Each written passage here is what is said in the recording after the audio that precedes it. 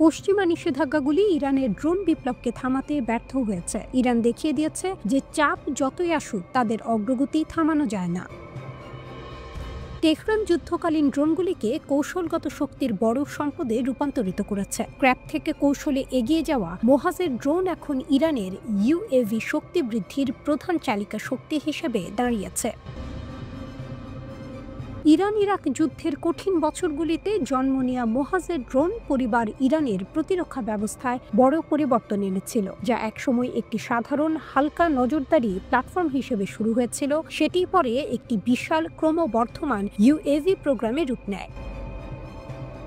প্রাথমিক নকশাটি মূলত যুদ্ধের ফ্রন্টলাইন পর্যবেক্ষণ এবং গুরুত্বপূর্ণ তথ্য সংগ্রহে ব্যবহার করা হতো, কিন্তু 4 দশক ধরে এই সিস্টেমটি উন্নত সামরিক ইউএভিগুলোর বড় একটি সংগ্রহে পরিণত হয়েছে, যা ইরানের প্রযুক্তিগত শক্তির পরিচয় দেয়।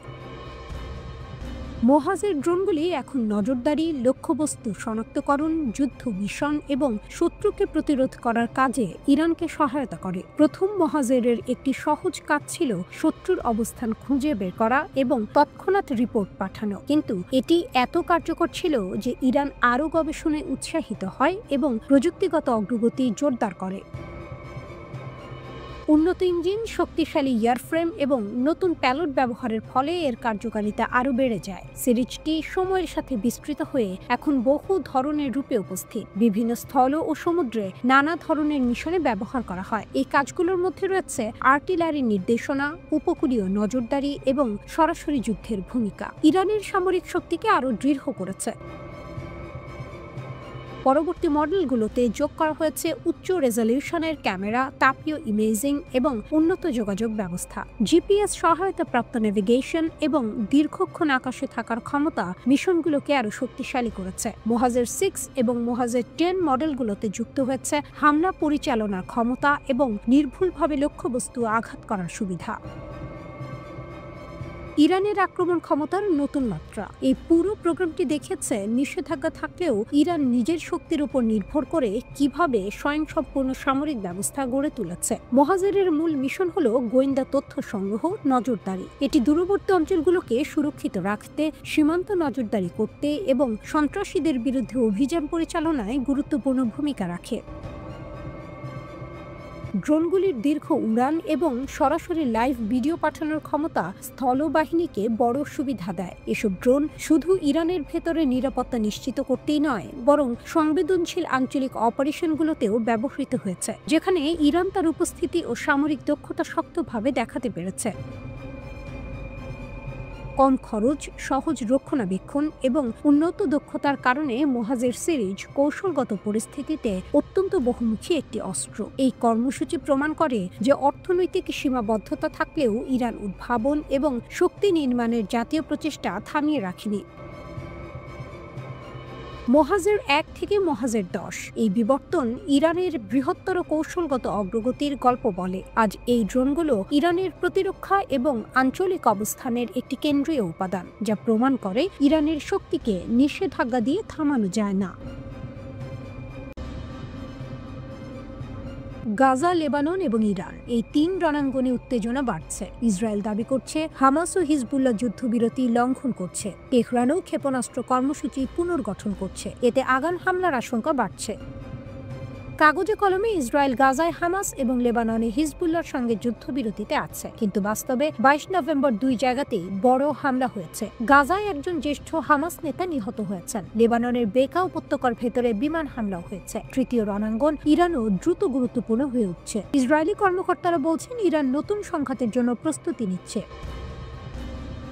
ইসরায়েল হিজবুল্লাহর ওপর হামলা বাড়িয়েছে। এতে জেরুজালেমের হতাশা স্পষ্ট। জেরুজালেম মনে করে লেবাননের সরকার ও সেনাবাহিনী যুদ্ধবিরতির শর্ত মানাতে ব্যর্থ হয়েছে। তারা হিজবুল্লাহকে নিরস্ত্র করতে পারেনি। ইসরায়েলের হামলা মূলত লিতানি নদীর উত্তরে, বেকা উপত্যকা এবং দক্ষিণ লেবাননের কিছু অংশে হচ্ছে।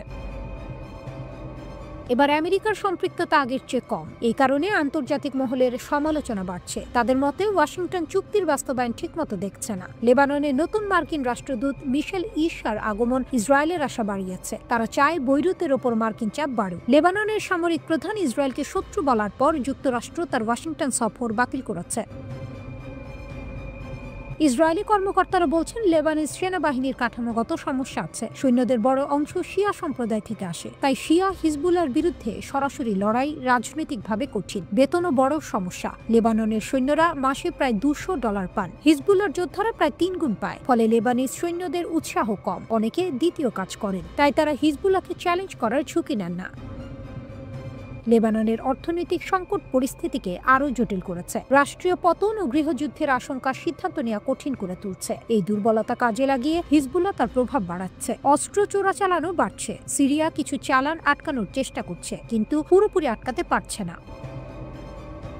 ইসরায়েল চায় গাজায় লেবাননের মতো মডেল প্রয়োগ করতে, কিন্তু গাজার পরিস্থিতি আরও কঠিন। যুক্তরাষ্ট্র যুদ্ধবিরতির দ্বিতীয় ধাপ শুরু করতে চায়, তবে আরব দেশগুলো দ্বিধায় আছে। তারা হামাসের সঙ্গে সরাসরি সংঘর্ষে যেতে চায় না। ইসরায়েলি মন্ত্রিসভায় বলা হয়েছে হামাস স্বেচ্ছায় অস্ত্র ছাড়বে না। বিদেশি বাহিনী আসার আগে ইসরায়েল দ্রুত পদক্ষেপ নিচ্ছে, কারণ তখন জবাব দেওয়া আরও সংবেদনশীল হয়ে উঠবে। ইরানই ইসরায়েলের বড় উদ্বেগ। ইসরায়েলি গোয়েন্দারা বলছে তেহরান ক্ষেপণাস্ত্র কর্মসূচি পুনর্গঠন করছে। এতে ভুল ক্যালকুলেশনের ঝুঁকি বাড়ছে। দুই পক্ষই মনে করতে পারে অন্য পক্ষ আগে হামলার প্রস্তুতিতে আছে। কূটনীতি চলছে, কিন্তু ইরান ইসরায়েলকে বিশ্বাস করে না। ইসরায়েল মনে করে যুক্তরাষ্ট্র পুরো পরিস্থিতির ঝুঁকি বুঝতে পারছে না। 3 রণাঙ্গনেই উত্তেজনা বাড়ছে। ইসরায়েল মনে করছে সময় সীমিত। বিদেশি শক্তি গাজায় প্রবেশের আগে তাদের অবস্থান শক্ত করতে হবে। যুদ্ধবিরতি এখনো আছে, কিন্তু ভেতরের উত্তেজনা এখনো বিস্ফোরণের মতোই রয়েছে। ইসরায়েলের দোহা আক্রমণ এমন এক পরিস্থিতি তৈরি করেছে যেখানে ওমান এখন অকল্পনীয় বিষয়ও বিবেচনা করতে বাধ্য হয়েছে। উপসাগরীয় অঞ্চলে এক প্রকার লাল সংকেত জ্বলে উঠেছে। ইসরায়েল কি ইয়েমেনের বাইরেও হামলা বাড়াতে পারে? হুথিদের সঙ্গে ওমানের যোগাযোগের কারণে দেশটি এখন আলোচনার কেন্দ্রে চলে এসেছে। দোহা হামলার পর ইরানের মধ্যে শঙ্কা তৈরি হয়েছে। পরবর্তী লক্ষ্য কি তারা হতে পারে? উত্তেজিত ইসরায়েল কি সত্যিই মাস্কাটে থাকা হুথি কর্মকর্তাদের লক্ষ্যবস্তু করতে পারে? ভুল তথ্য ও বিভ্রান্তিকর প্রচারণা এমন একটি যুদ্ধক্ষেত্র তৈরি করছে যা ওমানের ওপর ইসরায়েলে হামলার ঝুঁকি বাড়াচ্ছে। বহিরাগত নিরাপদ আশ্রয়স্থল এমন অভিযোগ এখন ওমানি কর্মকর্তাদের চিন্তায় ফেলেছে বলে বিভিন্ন প্রতিবেদনে বলা হয়েছে। হামাস কর্মকর্তাদের ওপর ইসরায়েলের ওই অভূতপূর্ব দোহা হামলা উপসাগরীয় দেশগুলোর বহু বছরের ধারণাকে নাড়া দিয়েছে। দোহা ঘটনার পর ওমান এখন নিশ্চিত ভুল তথ্য কি সালতানাতের ওপর হামলার অজুহাত হিসেবে ব্যবহার হতে পারে। হুথিদের নিয়ে বিভিন্ন মিথ্যা দাবির কারণে মাস্কাট সতর্ক অবস্থায় আছে। এই ধরনের দাবি ভবিষ্যতের ইসরায়েলে হামলার ভয় বাড়িয়ে তুলছে। দোহার বিস্ফোরণের পর ওমান এখন ইসরায়েলকে দুর্বৃত্ত ও বিপজ্জনক রাষ্ট্র হিসেবে দেখছে, এমন তথ্য আনওয়াজ মিডিয়া জানিয়েছে। প্রশ্ন উঠেছে, ইসরায়েল কি সত্যিই ওমানে থাকা হুথিদের লক্ষ্যবস্তু করতে পারে? দোহা ঘটনার পর ওমানি কর্মকর্তারা এখন এই সম্ভাবনাও বিবেচনা করছেন যে হুথি নেতাদের ওপর ইসরায়েলি হামলা ওমানের ভেতরেই হতে পারে। ইসরায়েলের দৃষ্টিতে হুথিরা একটি সন্ত্রাসী সংগঠন, এমন ধারণা আন্তঃসীমান্ত হামলার আশঙ্কা আরও বাড়াচ্ছে। ওমানকে এখন নিজের মাটিতে হামলার সম্ভাবনা নিয়ে প্রস্তুত থাকতে হচ্ছে, এমনটাই বলছে আনওয়াজ মিডিয়ার বিশ্লেষকরা। ইসরায়েল দাবি করছে মাস্কাটে থাকা কিছু হুথি নেতা নাকি বাইরের আক্রমণ পরিচালনায় যুক্ত। তারা আরও দাবি করেছে যে নেতানিয়াহুর সরকার মনে করে ওমানের ভেতরে নাকি বিশৃঙ্খলা তৈরির উৎস রয়েছে। ওমান এখন কাজ করছে যাতে হুথি চ্যানেলগুলি শান্ত ও নিয়ন্ত্রিত থাকে, যাতে ইসরায়েল কোনো অজুহাত না পায়। মধ্যস্থতা কেন্দ্র ও সরকারি স্থাপনাগুলোর চারপাশে নিরাপত্তা বাড়ানো হচ্ছে। ভবিষ্যতের হামলা ঠেকাতে ওমান বন্ধুত্বপূর্ণ রাজধানীগুলোর সঙ্গে ঘনিষ্ঠভাবে কাজ করছে। তবে একজন ওমানি গবেষক বলেছেন মাস্কাটে এখন ডানপন্থী চরমপন্থী ইসরায়েলের সাথে কোনোভাবে শান্তি কল্পনা করতে পারছে না।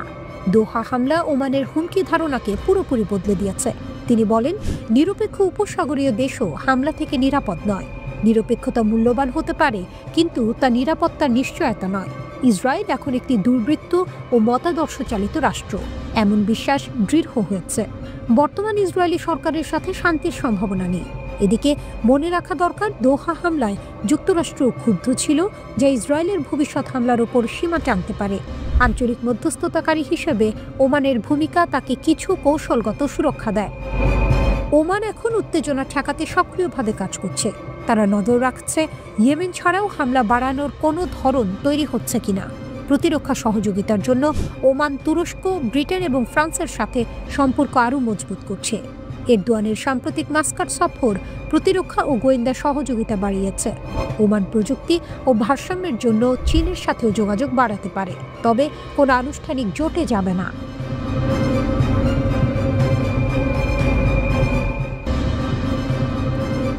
যুদ্ধ যদি আসে, ইসরায়েল হারবেই, ইরানের হুঁশিয়ারি। তেহরান যেন আবারও আগুনে দাঁড়িয়ে ঘোষণা দিল, আমরা আলোচনায় বসব, কিন্তু আত্মসমর্পণ নয়। ইরানের পররাষ্ট্রমন্ত্রী আব্বাস আরাকচি আল জাজিরাকে দেয়া এক সাক্ষাৎকারে এমন এক বার্তা দিয়েছেন যা কাঁপিয়ে দিয়েছে ওয়াশিংটন ও তেল আভিভকে। তিনি স্পষ্ট করে বলেন, আমরা আমাদের পারমাণবিক কর্মসূচি নিয়ে আলোচনায় প্রস্তুত, কিন্তু ক্ষেপণাস্ত্র কর্মসূচি কোনোভাবেই আলোচনার বিষয় নয়। কেউ যদি নিজের অস্ত্র হস্তান্তর করে তা হবে বোকামি। আরাকচির কণ্ঠে যেন ঝরে পড়ছিল ইরানের আত্মবিশ্বাসের আগুন। 12 দিনের রক্তক্ষয়ী যুদ্ধের পরও তেহরান আজ অবিচল, দৃঢ় আর যুদ্ধের জন্য প্রস্তুত। তিনি বলেন, আমরা ইহুদিবাদী সরকারের কাছ থেকে শত্রুতাপূর্ণ আচরণ আশা করছি। ইরান সব স্তরে প্রস্তুতির শীর্ষে রয়েছে। ভবিষ্যতের যে কোনো যুদ্ধে ইসরায়েল আরও একবার পরাজয়ের স্বাদ পাবে। এই এক বাক্যেই যেন কেঁপে উঠল মধ্যপ্রাচ্য। ইসরায়েল যেখানে ভেবেছিল ইরানের আকাশকে দগ্ধ করে ফেলবে, সেখানে ইরান জানিয়ে দিল যুদ্ধ তাদের ভয় দেখাতে পারে না, বরং আরও প্রস্তুত করে তোলে। আরাকচি বলেন, সাম্প্রতিক যুদ্ধে আমরা আমাদের ক্ষেপণাস্ত্র বাস্তব যুদ্ধে পরীক্ষা করেছি। ইসরায়েল যদি আবার আক্রমণ চালায়, তার ফল হবে ভয়াবহ। এই মন্তব্যের পেছনে রয়েছে জুন মাসের সেই অভূতপূর্ব হামলার স্মৃতি, যখন ইসরায়েল যুক্তরাষ্ট্রের সহায়তায় ইরানের 3টি গুরুত্বপূর্ণ পারমাণবিক স্থাপনায় ফোর্দো, নাতানজ ও ইস্পাহান বোমা বর্ষণ করেছিল। 12 দিনের সে যুদ্ধে বহু বিজ্ঞানী নিহত হন, আর আন্তর্জাতিক সম্প্রদায় থমকে তাকিয়েছিল মধ্যপ্রাচ্যের দিকে। কিন্তু আজ সেই তেহরানি বলছে, আমরা ধ্বংস হইনি। আরাকচির ভাষায়, পারমাণবিক উপকরণ ধ্বংসস্তূপের নিচে চাপা পড়ে আছে, কিন্তু সেগুলো অন্য কোথাও সরানো হয়নি। আমাদের ভবন ও যন্ত্রপাতি ক্ষতিগ্রস্ত, কিন্তু প্রযুক্তি অক্ষত। একই সঙ্গে ইরান জানিয়ে দিয়েছে 2015 সালের পরমাণু চুক্তি JCPOA এখন অতীত। 18 অক্টোবর মেয়াদ শেষ হতেই তেহরান ঘোষণা করে তারা আর এই চুক্তির কোনো শর্তে আবদ্ধ নয়। কিন্তু এই ঘোষণার প্রতিক্রিয়ায় পশ্চিমা দেশগুলো যেন আবার পুরনো ছন্দে ফিরেছে। ব্রিটেন, ফ্রান্স ও জার্মানি 3 দেশ মিলে জাতিসংঘে স্ন্যাপব্যাক প্রক্রিয়া সক্রিয় করে ইরানের উপর আন্তর্জাতিক নিষেধাজ্ঞা পুনর্বহাল করেছে। তবে ইরান এই পদক্ষেপকে অবৈধ ঘোষণা করেছে। আরাকচি বলেন, এই নিষেধাজ্ঞার কোনো আন্তর্জাতিক ঐক্যমত্য নেই। আমাদের অগ্রাধিকার এখন প্রতিবেশী দেশগুলোর সঙ্গে সম্পর্ক জোরদার করা। পশ্চিমাদের নির্দেশ ছাড়া আমরা কারো সঙ্গে যোগাযোগ করতে পারি না, এমনটা হবে না। এই বক্তব্য যেন এক নতুন ভূ রাজনৈতিক বাস্তবতার ইঙ্গিত দেয়। একদিকে যখন পশ্চিমা দুনিয়া তেহরানকে একঘরে করার চেষ্টা করছে, অন্যদিকে ইরান নিজেই মধ্যপ্রাচ্যের মঞ্চে নিজের শক্তিকে আরও দৃঢ় করছে। সবশেষে আরাকচির কণ্ঠে যেন ভেসে আসে এক সতর্কবার্তা। ইসরায়েল যদি আবার আগুন জ্বালায়, আমরা সেই আগুনকে ফিরিয়ে দেব তাদের ঘরে। আজ ইরান শুধু এক রাষ্ট্র নয়, এক সংকল্প, এক প্রতিরোধের প্রতীক। যে দেশকে ভেঙে দেওয়ার স্বপ্ন বারবার দেখেছে ওয়াশিংটন, সেই ইরান আজও দাঁড়িয়ে আছে বুক উঁচিয়ে, আগুনের ভেতর থেকেও অমলিন। তাদের ভাষায়, আমরা আলোচনায় বসব, কিন্তু অস্ত্র নয়, আত্মসম্মানই আমাদের পতাকা।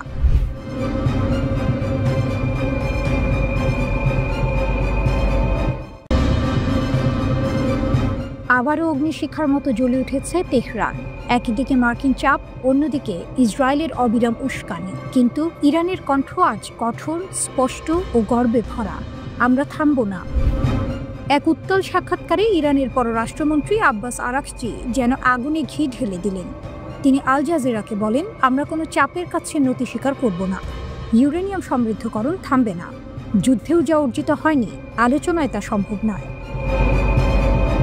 এই ঘোষণার সঙ্গে সঙ্গে যেন নতুন করে দাউ দাউ করে উঠল ইরানের প্রতিরোধের ইতিহাস। যে দেশ বহুবার নিষেধাজ্ঞায় শ্বাসরুদ্ধ হয়েছে, যে জাতি বছরের পর বছর হামলার মুখে থেকেও মাথা নিচু করেনি, তারা আবারও মনে করিয়ে দিল, ইরানের প্রযুক্তি ধ্বংস করা যায় না, দমিয়ে রাখা যায় না। আরাকচি আরও এক ধাপ এগিয়ে বলেন, কিছু পারমাণবিক উপাদান ধ্বংসস্তূপের নিচে চাপা পড়েছে, কিন্তু প্রযুক্তি অক্ষত। জ্ঞানকে কেউ মাটির নিচে পুঁতে রাখতে পারে না। এই বাক্যে যেন প্রতিধ্বনিত হলো ইরানের সেই আত্মবিশ্বাস যা কোনো যুদ্ধেই ভাঙেনি। জুন মাসের সেই ভয়াবহ 12 দিনের যুদ্ধে ইসরায়েল ও মার্কিন যুক্তরাষ্ট্র একযোগে হামলা চালিয়েছিল ইরানের পারমাণবিক স্থাপনাগুলিতে। তারা ভেবেছিল এই হামলায় ইরানের কর্মসূচি শেষ হয়ে যাবে, কিন্তু বাস্তবটা উল্টো। ইরান জানিয়ে দিল তাদের পারমাণবিক কর্মসূচি আগের চেয়েও শক্তিশালীভাবে ফিরে আসছে। আরাকচি উপহাস করে বলেন, তারা ভেবেছিল আমরা থেমে যাব, কিন্তু আমরা আরও দ্রুত এগুচ্ছি। এই মন্তব্য যেন সরাসরি ইসরায়েল ও ওয়াশিংটনের মুখে চপেটাঘাত। ইরান বলছে তাদের বৈজ্ঞানিক মেধা, প্রযুক্তিগত সক্ষমতা এবং জাতীয় সংকল্প সবই অক্ষত রয়েছে। তাদের বার্তা স্পষ্ট, আমরা শান্তি চাই, কিন্তু যদি কেউ আঘাত করে উত্তর দেব আগুনে। তবে এখানেই শেষ নয়।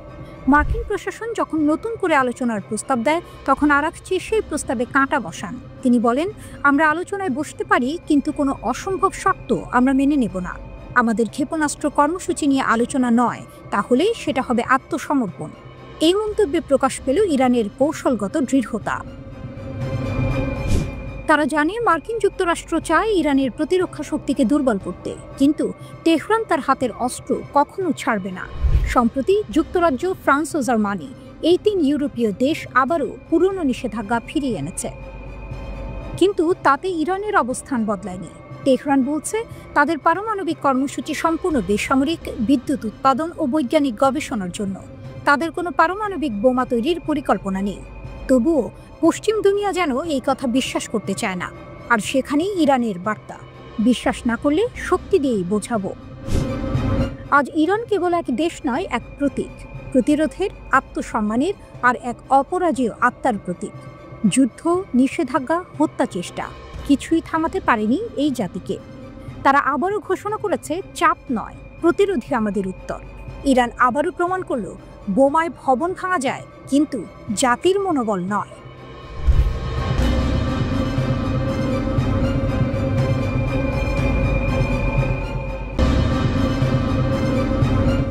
রাত জাগা আকাশে এক শব্দ ঘুম ভেঙে দিল, 24 ঘন্টার আলটিমেটাম। মার্কিন প্রস্তাব, মিশর ও কাতারের মধ্যস্থতা, কিন্তু হামাস বলল, আমরা এখানেই থাকব। সাম্প্রতিক ঘটনাগুলি গাজা পশ্চিমা দুনিয়াকে নড়ে চড়ে বসিয়েছে। ওয়াশিংটন গাজার ইসরায়েলি নিয়ন্ত্রিত অংশ থেকে হামাস যোদ্ধাদের নিরাপদে সরিয়ে নেওয়ার প্রস্তাব দিয়েছে। মিশর ও কাতার ওই পরিকল্পনা অনুমোদন করে বার্তাটি হামাসের কাছে পৌঁছে দেয়। মার্কিন আইনি ভাষায় সেটা ছিল এক ধরনের মানবিক বহির্গমন। সরিয়ে নেওয়ার জন্য 24 ঘন্টা, সময়সীমা রাত 8টায় শেষ। তারপরে ইসরায়েল চাইলে অভিযান পুনরায় শুরু করতে পারবে। ঢাল তলোয়ারের মতো দ্রুত হামাস প্রস্তাবটি প্রত্যাখ্যান করে দিয়েছে। তারা সিদ্ধান্ত নিল স্থায়ীভাবে গাজায় থেকে লড়াই চালাবে। নিঃশেষে এসব সিদ্ধান্তে উদ্ঘাটন করে দিয়েছে মধ্যপ্রাচ্যের নতুন বাস্তবতা, যেখানে বাহ্যিক চাপ আর দরাদরি সবকিছুকে পেছনে ফেলে অভ্যন্তরীণ শক্তি ও অদম্যতা প্রাধান্য পাচ্ছে। কেন হামাস এমন সিদ্ধান্ত নিল? কারণ তাদের কাছে কেবল ইচ্ছাশক্তিই নেই, আছে মাঠের শক্তিও। গাজার ভূগর্ভস্থ টানেলগুলো, হাজারো সুসংগঠিত যোদ্ধা, স্বল্প দূরত্বের রকেট ও ক্লান্তিকর অবরোধের বিরুদ্ধে জনগণের একাকিত্ব, এসবই তাদের শক্তি। আইডিএফের একজন জ্যেষ্ঠ কর্মকর্তা জানিয়েছেন, খান ইউনিসের কাছে এখনও টানেলে কয়েক ডজন ভয়ঙ্কর যোদ্ধা লুকিয়ে আছে। তারা টানেল থেকেই বেরিয়ে আচমকা আঘাত করতে সক্ষম, আর এটা ইসরায়েলের কাছে বড় সেই ঝুঁকি। টানেল ব্যবস্থায় হামাসের কৌশল পুরনো নয়, বরং পরীক্ষিত। সম্প্রতি অভিযোগ উঠেছে, একটি সুড়ঙ্গ থেকে বেরিয়ে হামাসের যোদ্ধারা একজন আইডিএফ সৈন্যকে হত্যা করেছে। আইডিএফ তার যুদ্ধবিরতি লঙ্ঘন হিসেবে অভিহিত করে এবং প্রতিশোধে প্রায় 20টি বিমান হামলা চালায়। এ কারণে আবেগ চড়েছে এবং বৈরিতা নতুন করে জ্বলে উঠেছে।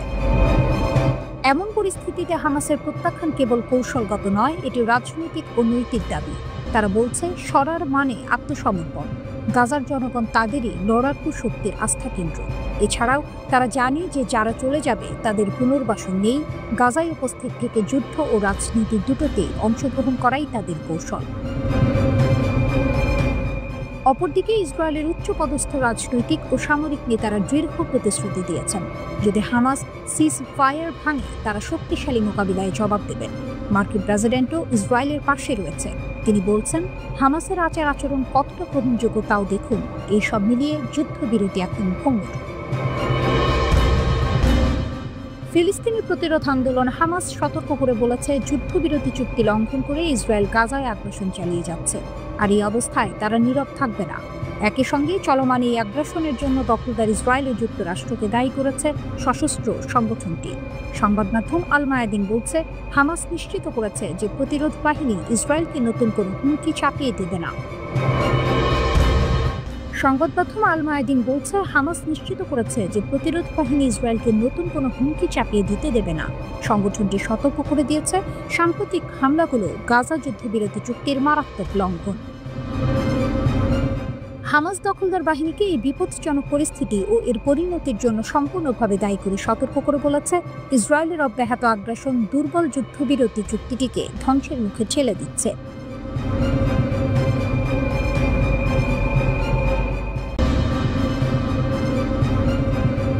বিশ্বজুড়ে পারমাণবিক অস্ত্র কর্মসূচি নিয়ে যখন তীব্র উত্তেজনা, ঠিক তখনই বিশ্বের অন্যতম পরাশক্তি যুক্তরাষ্ট্রের প্রেসিডেন্ট ডোনাল্ড ট্রাম্পের একটি সিদ্ধান্ত আন্তর্জাতিক কূটনীতিতে নতুন করে ঝড় তুলেছে।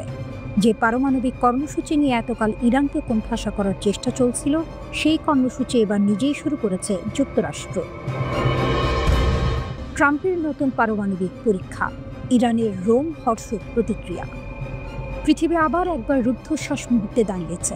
মার্কিন প্রেসিডেন্ট ডোনাল্ড ট্রাম্প ঘোষণা করেছেন, পেন্টাগনকে 1992 সালের পর প্রথমবারের মতো পারমাণবিক অস্ত্র পরীক্ষা পুনরায় চালাতে হবে। রাশিয়া ও চীনের সঙ্গে পারমাণবিক প্রতিযোগিতার আড়ালে এই পদক্ষেপকে ইরান আন্তর্জাতিক শান্তি ভাঙার গুরুতর হুমকি হিসেবে আখ্যায়িত করেছে। ইরানের পররাষ্ট্রমন্ত্রী সৈয়দ আব্বাস আরাকচি এক্সে বলেন, একটি পারমাণবিক অস্ত্রধারী বলি আবারও পারমাণবিক অস্ত্র পরীক্ষা করছে। এটি পশ্চাদমুখী এবং দায়িত্বহীন। মার্কিন যুক্তরাষ্ট্র বিশ্বের সবচেয়ে বিপজ্জনক বিস্তার ঝুঁকি।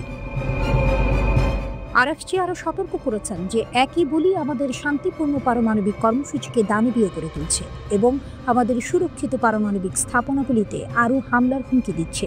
তার ভাষায়, আন্তর্জাতিক আইন ও মানবতার উপর এই আক্রমণ। আরাকচি বলেন, যুক্তরাষ্ট্র তাদের প্রতিরক্ষা বিভাগের নাম পরিবর্তন করে যুদ্ধ বিভাগ করেছে, যা তাদের প্রকৃত আগ্রাসী চরিত্র প্রকাশ করে। একই সঙ্গে যুক্তরাষ্ট্রকে পারমাণবিক অস্ত্রে সজ্জিত এক দখলদার দানব বলেও অভিহিত করেন। ইরানকে অবমূল্যায়ন করার সময় শেষ। পশ্চিমা বিশ্ব ভেবেছিল জ্বালানি ও প্রযুক্তিগত সীমাবদ্ধতার কারণে ইরান পিছিয়ে থাকবে, কিন্তু তেহরান তা উল্টো প্রমাণ করছে। ইরানের ক্ষেপণাস্ত্র ও পারমাণবিক কর্মসূচি আজ আরও শক্তিশালী এবং আত্মনির্ভর। মার্কিন বোমার ঝড়েও ইরান ফিরে দাঁড়িয়েছে নতুন পরীক্ষা, নতুন প্রযুক্তি, নতুন প্রজন্মের অস্ত্রের সঙ্গে। ইরান শুধুমাত্র প্রতিরক্ষা করছে না, তারা প্রতিশোধের প্রস্তুতিও নিচ্ছে। জুন মাসে ইসরায়েলের সঙ্গে চলা 12 দিনের যুদ্ধে মার্কিন বাহিনী তাদের পারমাণবিক স্থাপনাগুলিতে হামলা চালিয়েছিল। তারপর ইরান স্থির থেকে গেছে। তারা স্পষ্ট করে দিয়েছে যে শান্তিপূর্ণ পারমাণবিক ক্ষমতার চর্চা বন্ধ করা হবে না। বিশেষজ্ঞরা বলছেন, ইরান এখন নিজের শক্তি ছাপিয়ে আন্তর্জাতিক মঞ্চে নতুন নকশা আনছে। পূর্ববর্তী নিষেধাজ্ঞা, বোমা হামলা বা আন্তর্জাতিক চাপ কিছুই তাদের থামাতে পারেনি, বরং এসবই ইরানকে আরও আত্মনির্ভর এবং শক্তিশালী করেছে। বিশ্বের কাছে ইরানের বার্তা স্পষ্ট, তারা একমাত্র প্রতিরক্ষা করছে না, তারা প্রতিসাম্য বজায় রাখার ক্ষমতা দেখাচ্ছে। এই পরিস্থিতি নতুন করে পারমাণবিক প্রতিযোগিতার উত্তেজনা ছড়াচ্ছে। মার্কিন যুক্তরাষ্ট্র পারমাণবিক পরীক্ষা পুনরায় চালালে ইরানও তার প্রস্তুতি সম্পন্ন শক্তি প্রদর্শনের জন্য প্রস্তুত। আরাকচি আরও বলেন, দুনিয়াকে জবাবদিহি করতে হবে। এমন অস্ত্রের বিস্তার স্বাভাবিক করা মানে আন্তর্জাতিক শান্তি ও নিরাপত্তার জন্য বড় হুমকি। বার্তা স্পষ্ট, ইরান আর পিছিয়ে নেই। শেষ লাইনটি রোমহর্ষকভাবে বলে, বিশ্বের সবচেয়ে বিপজ্জনক পারমাণবিক শক্তি শুধুমাত্র মার্কিন যুক্তরাষ্ট্র নয়, তেহরানও এখন তার অস্ত্র শক্তির ছাপ দিয়ে দেখাচ্ছে যে তাকে হালকাভাবে নেওয়া যাবে না। পারমাণবিক শক্তি, আত্মনির্ভরতা এবং প্রস্তুতিশীলতা, ইরান এখন আন্তর্জাতিক মঞ্চের খেলার নিয়ম পরিবর্তন করছে।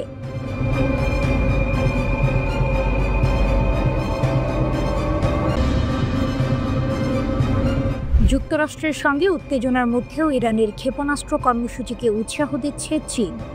নতুন আগুন জ্বলছে মধ্যপ্রাচ্যে। রাতের আকাশে যেন নতুন আগুন জ্বলছে। পশ্চিমা নিষেধাজ্ঞার ভারে দমে না গিয়ে বরং ছাই থেকে উঠে আবার জেগে উঠছে তেহরান। সিএনএনের এক বিস্ফোরক প্রতিবেদনে বলা হয়েছে, চীন এখন ইরানের ক্ষেপণাস্ত্র কর্মসূচিকে গোপনে শক্তিশালী করছে। যে কর্মসূচিকে একসময় ভেবে নেওয়া হয়েছিল শেষ হয়ে গেছে, তা আবার জেগে উঠেছে, আর এবার আগের চেয়েও ভয়ঙ্কর রূপে। ইউরোপীয় গোয়েন্দা সূত্র জানিয়েছে, চীন থেকে ইরানে পাঠানো হচ্ছে 2000 টন সোডিয়াম পারক্লোরেট, যা ক্ষেপণাস্ত্র জ্বালানি তৈরির জন্য অপরিহার্য উপাদান। এই পরিমাণ উপাদান দিয়ে তৈরি করা যাবে অন্তত 500টি ব্যালিস্টিক ক্ষেপণাস্ত্র, যথেষ্ট পুরো মধ্যপ্রাচ্যকে কাঁপিয়ে দিতে। আর এই চালান এসেছে সে সময়ে যখন ইসরায়েল গত জুনে 12 দিনের যুদ্ধে ইরানের ক্ষেপণাস্ত্র ঘাঁটি ও পারমাণবিক স্থাপনাগুলিতে ব্যাপক হামলা চালিয়েছিল। তবে তেহরান হার মানেনি, বরং যুদ্ধ শেষে তারা ঘুরে দাঁড়িয়েছে। রাশিয়া ও চীনের সঙ্গে নতুন কৌশলগত সম্পর্ক গড়ে তুলেছে। তেহরান বলছে, যখন পশ্চিম মুখ ফিরিয়ে নেয়, পূর্ব তখন কাঁধে হাত রাখে। চীনের ভূমিকা এখন স্পষ্ট। বেইজিং ইরানের পুনর্গঠন প্রচেষ্টাকে নীরবে উৎসাহ দিচ্ছে। নিষেধাজ্ঞার ফাঁক গলে পৌঁছে যাচ্ছে জ্বালানি, যন্ত্রপাতি, প্রযুক্তি। ইরানও থেমে নেই। তারা এখন একের পর এক নতুন প্রজন্মের উন্নত ক্ষেপণাস্ত্র তৈরি করছে। এক ভিডিওতে দেখা গেছে ভূগর্ভস্থ এক গোপন অস্ত্রাগারে সাজানো রয়েছে শত শত ক্ষেপণাস্ত্র, নতুন রূপে নতুন যুদ্ধে নামার অপেক্ষায়। ইরানের পররাষ্ট্র মন্ত্রণালয়ের মুখপাত্র ইসমাইল বাঘাই স্পষ্ট ভাষায় বলেছেন, আমাদের প্রতিরক্ষা নিয়ে সিদ্ধান্ত নেওয়ার অধিকার আমেরিকার নেই। ইরান তার আত্মরক্ষার ক্ষমতা বাড়াবে যত দূরেই যেতে হয়। বিশ্লেষকরা বলছেন, ইরান এখন শুধু অস্ত্র তৈরি করছে না, বরং ভয় তৈরি করছে। কারণ তারা দেখিয়ে দিয়েছে, মার্কিন ঘাঁটি হোক বা ইসরায়েলি ভূখণ্ড, ইরানের ক্ষেপণাস্ত্র যে কোনো জায়গায় পৌঁছাতে পারে। জুনের যুদ্ধেই তারা হামলা চালিয়েছিল কাতারে অবস্থিত মার্কিন আল উদেইদ ঘাঁটিতে, যা যুক্তরাষ্ট্রের মধ্যপ্রাচ্যের সবচেয়ে বড় সামরিক কেন্দ্র। মার্কিন পররাষ্ট্রমন্ত্রী মার্কো রুবিও সম্প্রতি স্বীকার করেছেন, ইরান এখন এমন ক্ষেপণাস্ত্র তৈরি করছে যা পারমাণবিক ওয়ারহেড বহনে সক্ষম এবং যে কোনো দূরত্বে আঘাত হানতে পারে। কিন্তু এই সতর্কবার্তাও যেন ইরানের গতিকে থামাতে পারেনি, বরং তেহরান ঘোষণা দিয়েছে তারা আর 2015 সালের পারমাণবিক চুক্তি JCPOA এর অধীনে আবদ্ধ নয়। চুক্তির মেয়াদ শেষ, এখন শুরু হয়েছে ইরানের স্বাধীন যুগ। বিশ্লেষক জেফ্রে লুইস বলেছেন, 2000 টন সোডিয়াম পারক্লোরেট মানে প্রায় 500 ক্ষেপণাস্ত্র। ইরান 1 মাস আগেও 200 ক্ষেপণাস্ত্র তৈরির পরিকল্পনা করেছিল। এখন তারা হারানো প্রতিটি ক্ষেপণাস্ত্র পুনর্নির্মাণ করছে। তেহরানের বার্তা স্পষ্ট, যুদ্ধ হোক বা নিষেধাজ্ঞা, তারা আর থামবে না। চীনের সহায়তা তাদের কেবল জ্বালানি দেয়নি, দিয়েছে আত্মবিশ্বাস। এখন প্রশ্ন একটাই, যদি আবার যুদ্ধের আগুন জ্বলে ওঠে, তখন এই নতুন ক্ষেপণাস্ত্রগুলো কোথায় নিশানা করবে? ইসরায়েলের দিকে নাকি কাতারের মার্কিন ঘাঁটির দিকে? বিশ্ব তাকিয়ে আছে, আর ইরান ধীরে ধীরে নিজের অগ্নিশক্তি গড়ে তুলছে, নিষেধাজ্ঞার ছাই থেকে উঠে এক অনিবার্য পুনর্জন্মের মতো।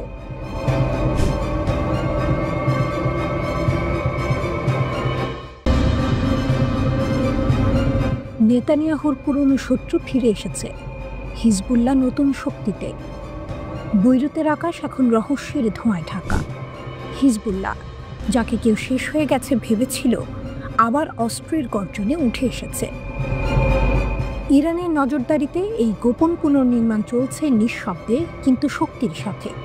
ইসরায়েল ইতিমধ্যেই লেবাননে 1000-এরও বেশি হামলা চালিয়েছে, কিন্তু হিজবুল্লাহর রহস্যময় পুনর্গঠন থামানো যায়নি। ক্ষেপণাস্ত্র, ড্রোন, কামান সবই নতুন করে মজুত হচ্ছে। কিছু অস্ত্র সিরিয়া এবং সমুদ্রপথে আসে, অন্যগুলি তৈরি হচ্ছে স্থানীয় কারখানায়। যুদ্ধবিরতির শর্ত সত্ত্বেও হিজবুল্লাহ নিরস্ত্রীকরণ থেকে পুনর্নির্মাণে স্থানান্তরিত হয়েছে। লেবাননের রাজনৈতিক দৃশ্যপটে উত্তপ্ত। রাষ্ট্রপতি জোসেফ আউন এবং প্রধানমন্ত্রী নওয়াফ সালাম পুরো দেশব্যাপী নিরস্ত্রীকরণ সমর্থন করেছেন, কিন্তু বাস্তবে অগ্রগতি শুধুমাত্র লিটানি নদীর দক্ষিণে সীমিত। হিজবুল্লাহ অন্যত্র শক্তিশালী এবং রাজনৈতিকভাবে প্রভাবশালী। দেশটি যেন সিঞ্চিত এক শ্বাসরুদ্ধ পরিস্থিতির মধ্যে, যেখানে কোনো ভুল পদক্ষেপ নতুন সংঘাতের আগুন জ্বালাতে পারে।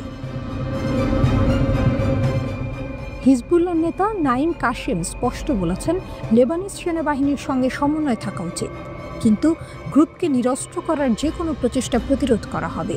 এই বক্তব্য যেন ইঙ্গিত দিচ্ছে হিজবুল্লাহ থামবে না। আরব গোয়েন্দা সংস্থাগুলি বলছে, হিজবুল্লাহ এখন বিকেন্দ্রীভূত কাঠামোর দিকে ফিরে যাচ্ছে। 1980-এর দশকের মতো নতুন যোদ্ধাদের নিয়োগ, স্থানীয় শক্তি ব্যবহার এবং গোপন পরিকল্পনা সবই পুরনো কৌশলের পুনর্জন্ম। ভারী ক্ষতি সত্ত্বেও তারা বিশ্বাস করে ইরানের সমর্থনে পুনর্গঠিত হওয়া সম্ভব। হামাসও গাজায় একই পথে হাঁটছে। ট্রাম্পের যুদ্ধবিরতি পরিকল্পনার অধীনে তারা নিরস্ত্রীকরণে অস্বীকৃতি জানিয়েছে। দুই গোষ্ঠী মার খেয়েছে, কিন্তু রাজনৈতিকভাবে স্থিতিশীল এবং সামরিকভাবে সক্রিয়। প্রতিরোধের এই আয়না দেখাচ্ছে যে বল প্রয়োগ করে নিরস্ত্রীকরণ কার্যকর নয়। ইসরায়েলের আকাশে ড্রোন এখন ক্রমাগত উঠছে। 500টিরও বেশি কামান হামলা হয়েছে বৈরুত এবং দক্ষিণে। 60,000 মানুষ এখনও বাস্তুচ্যুত। তহবিলের সংকটে পুনর্নির্মাণ স্থগিত। কিন্তু সব হতাশা সত্ত্বেও হিজবুল্লাহ শক্তিশালী। তাদের অস্ত্রাগার পুনর্গঠিত, তাদের রাজনৈতিক প্রভাব অটুট। নেতানিয়াহুর জন্য হুঁশিয়ারি, গাজা ও বৈরুত দুপাশ থেকেই হুমকি। হিজবুল্লাহ কেবল একটি গোষ্ঠী নয়, এটি একটি শক্তিশালী রাজনৈতিক এবং সামরিক শক্তি, যা কখনো সহজে চাপে আসে না। ইসরায়েলের আকাশে তার অস্ত্রের ঝড়, লেবাননের রাজনীতির ধোঁয়া এবং ইরানের নীরব সমর্থন, সব মিলিয়ে এখনও এক রোমাঞ্চকর খেলা। লেবাননের সশস্ত্র গোষ্ঠী হিজবুল্লাহর মহাসচিব শেখ নাঈম কাসেম বলেছেন, যুক্তরাষ্ট্র কোনো পক্ষপাতহীন মধ্যস্থতাকারী নয়, বরং তারা আগ্রাসন ও এর সম্প্রসারণকে সমর্থন করে। তিনি উল্লেখ করেন, লেবাননের প্রেসিডেন্ট জোসেফ আউন লেবানন সেনাবাহিনীকে ইসরায়েলকে মোকাবিলার নির্দেশ দিয়েছেন, যা জাতীয় দায়িত্ব পালনের প্রতিফলন। লেবাননের সাম্প্রতিক পরিস্থিতির প্রসঙ্গে শেখ কাসেম বলেন, যুক্তরাষ্ট্র মিথ্যাভাবে দাবি করছে যে তারা এই দেশের সমস্যা সমাধানের চেষ্টা করছে, কিন্তু প্রকৃতপক্ষে যুক্তরাষ্ট্র কোনো নিরপেক্ষ মধ্যস্থতাকারী নয়, বরং আগ্রাসনকে সমর্থন করে এবং তা লেবাননে ছড়িয়ে দিতে চায়। তিনি আরও বলেন, ভয় দেখিয়ে আমাদের অবস্থান বদলানো যাবে না। আমরা আত্মসমর্পণ বা পরাজয়ের পক্ষে নই এবং কখনো তা মেনে নেব না। হিজবুল্লাহ মহাসচিব বলেন, ইসরায়েল হয়তো কোনো এলাকা দখল করতে পারে, কিন্তু তারা লেবাননের ভূমি দীর্ঘস্থায়ীভাবে দখল করে রাখতে পারবে না। আমরা কারো কাছ থেকে নির্দেশ নিইনি এবং লেবাননকে শত্রুদের ইচ্ছামতো গড়া আমরা কখনোই মেনে নেব না।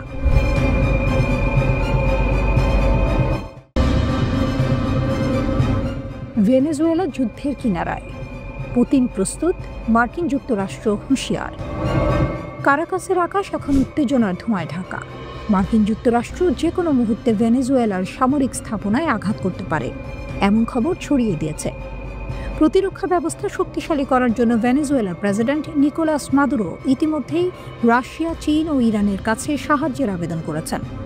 রাশিয়ার প্রেসিডেন্ট ভ্লাদিমির পুতিন যুদ্ধের জন্য প্রস্তুত এবং তিনি মাদুরোর সঙ্গে ঘনিষ্ঠ যোগাযোগে রয়েছেন।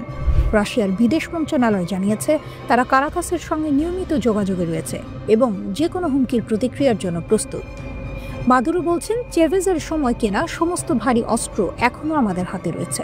পুতিন, রাশিয়া, চীন এবং বিশ্বস্ত বন্ধুদের সাহায্যে ভেনেজুয়েলার শান্তি নিশ্চিত করার শক্তি আমাদের আছে। এই 10 সপ্তাহের ইম্পেরিয়াল হুমকির মধ্যেও আমরা শান্তিতে ধৈর্য নিয়ে আমাদের কাজ করেছি। তবে হঠাৎই উত্তেজনা বাড়ছে। মার্কিন যুক্তরাষ্ট্রের মিয়ামি হেরাল্ড জানিয়েছে, পরিকল্পিত আকাশ হামলা কয়েকদিনের মধ্যে বা এমনকি কয়েক ঘন্টার মধ্যেই হতে পারে। লক্ষ্য হবে মাদুরোর নেতৃত্বাধীন ড্রাগ দস্যু সংস্থার সামরিক স্থাপনাগুলো। কিন্তু প্রেস কনফারেন্সে ডোনাল্ড ট্রাম্প তা অস্বীকার করেছেন। এদিকে মাদুরো রাশিয়ার কাছে রাডার সিস্টেম, ক্ষেপণাস্ত্র, বিমান মেরামত এবং প্রতিরক্ষা হালনাগাদ করার অনুরোধ পাঠিয়েছেন। চীনের সঙ্গে সম্প্রসারণকৃত সামরিক সহযোগিতা এবং ইরানের কাছ থেকে ড্রোন, জিপিএস স্ক্র্যাম্বলিং এবং শনাক্তকরণ যন্ত্র চাওয়া হয়েছে। রাশিয়া অবশ্য শুধুই অস্ত্র সরবরাহ করছে না, তারা ইতোমধ্যেই ভেনেজুয়েলার তেল ও গ্যাসে কয়েক বিলিয়ন ডলারের বিনিয়োগ ধরে রেখেছে। মাদুরোর প্রধান সমর্থক হিসেবে রাশিয়ার ভূমিকা এখন নজরকাড়া। বিশ্লেষকরা বলছেন, পুতিনের জন্য যুক্তরাষ্ট্রের বাহিনী ক্যারিবিয়ানে স্থানান্তর ইউরোপে তার মনোযোগ বিভ্রান্ত করছে। যুক্তরাষ্ট্র ইতিমধ্যে ইউএসএস জেরাল্ড ফোর্ডকে ক্যারিবিয়ানে পাঠিয়েছে, আর রাশিয়ার সের্গে ল্যাভরভ মার্কিন উত্তেজনা বাড়ানোর চেষ্টা নিয়ে সতর্ক করেছেন। মাদুরো জানিয়েছেন, রাশিয়ার অস্ত্রের বেশিরভাগই এখন পুরনো বা কার্যকর নয়, তাই 3 বছরের প্রতিরক্ষা অর্থায়ন পরিকল্পনার জন্য রাশিয়ার রাষ্ট্রায়ত্ত প্রতিরক্ষা প্রতিষ্ঠান রোস্টেকের কাছে আবেদন করেছেন। যুদ্ধের আগুন ভেনেজুয়েলার আকাশে ঘনিয়ে আসছে। রাশিয়া, চীন এবং ইরান মিলে মাদুরোর শক্তি আরও বাড়িয়ে তুলছে। এই পরিস্থিতি শুধু ভেনেজুয়েলার জন্য নয়, আন্তর্জাতিক রাজনীতির মানচিত্রেও বড় ধাক্কা দিচ্ছে। মার্কিন যুক্তরাষ্ট্র, রাশিয়া, চীন ও ইরান 4 শক্তির ছায়ায় ভেনেজুয়েলা যেন এখন বিশ্বের নতুন উত্তেজনার কেন্দ্রবিন্দু। এখানে শুধু অস্ত্রের লড়াই নয়, রাজনৈতিক কূটনীতি, আন্তর্জাতিক হুমকি এবং শক্তির প্রতিযোগিতাও আছে। ইতিহাস সাক্ষী, যখন মহাশক্তিরা একসঙ্গে হুঁশিয়ারিতে আছেন, তখন ছোট দেশগুলো তাদের কৌশল এবং স্থিতিশীলতার মাধ্যমে নিজেকে রক্ষা করে। মাদুরো তা দেখাচ্ছেন। যুক্তরাষ্ট্রের প্রেসিডেন্ট ডোনাল্ড ট্রাম্প বলেছেন তিনি ভেনেজুয়েলার ভেতরে আঘাত হানার বিষয়টি বিবেচনা করছেন না। ভেনেজুয়েলার উপকূলবর্তী দক্ষিণ ক্যারিবীয় সাগরে যুক্তরাষ্ট্রের সামরিক সমাবেশ জোরদার করার মধ্যে তিনি কথা বললেন। এটি তার নিজের মন্তব্যের বিপরীত, লিখেছে আল জাজিরা। যুক্তরাষ্ট্র দক্ষিণ ক্যারিবীয় সাগরে যুদ্ধবিমান, যুদ্ধজাহাজ ও কয়েক হাজার সেনা মোতায়েন করেছে। বিশ্বের বৃহত্তম যুদ্ধজাহাজ বিমানবাহী রণতরী ইউএসএস জেরাল্ড আর ফোর্ড দক্ষিণ ক্যারিবীয় সাগরের পথে আছে।